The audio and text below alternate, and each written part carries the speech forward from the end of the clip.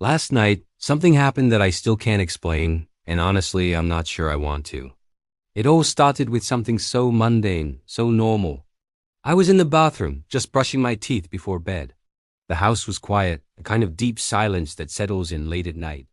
I was just going through the motions, half asleep, when I glanced up at my reflection in the mirror.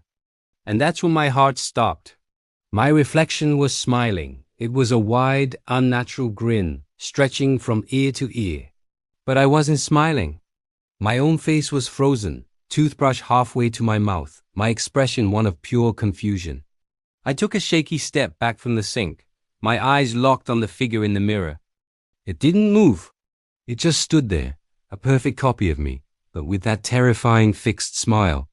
My mind was racing, trying to find a logical explanation, a trick of the light. Was I more tired than I thought? But the image was crystal clear. The person in the mirror was me, but it wasn't me. Then it moved. Slowly, so slowly, its hand began to rise. It wasn't jerky or fast, but deliberate, smooth. Its finger extended, pointing, not at me, but past me, at the closed bathroom door behind me. Every instinct screamed at me not to turn around. My blood ran cold, and the air in the small room suddenly felt heavy, suffocating. What was behind me? What did it want me to see? My heart was pounding against my ribs like a drum, a frantic, desperate rhythm. The silence of the house was no longer peaceful.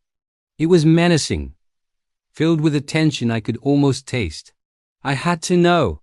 I couldn't just stand there, trapped between my smiling doppelganger and whatever it was pointing at. Taking a deep, shuddering breath, I spun around. I ripped the door open, my eyes scanning the dimly lit hallway. Nothing. There was absolutely nothing there. Just the familiar shadows, the faint glow of the night light in the hall, the quiet hum of the refrigerator from the kitchen. A wave of relief washed over me, so intense it almost made my knees buckle. I let out a breath I didn't realize I'd been holding. It was just my imagination.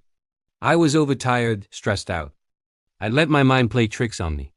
I even managed a weak, shaky laugh at my own foolishness. Feeling a bit more grounded, I turned back to the mirror, ready to splash some cold water on my face and laugh this whole thing off. But the relief vanished as quickly as it came.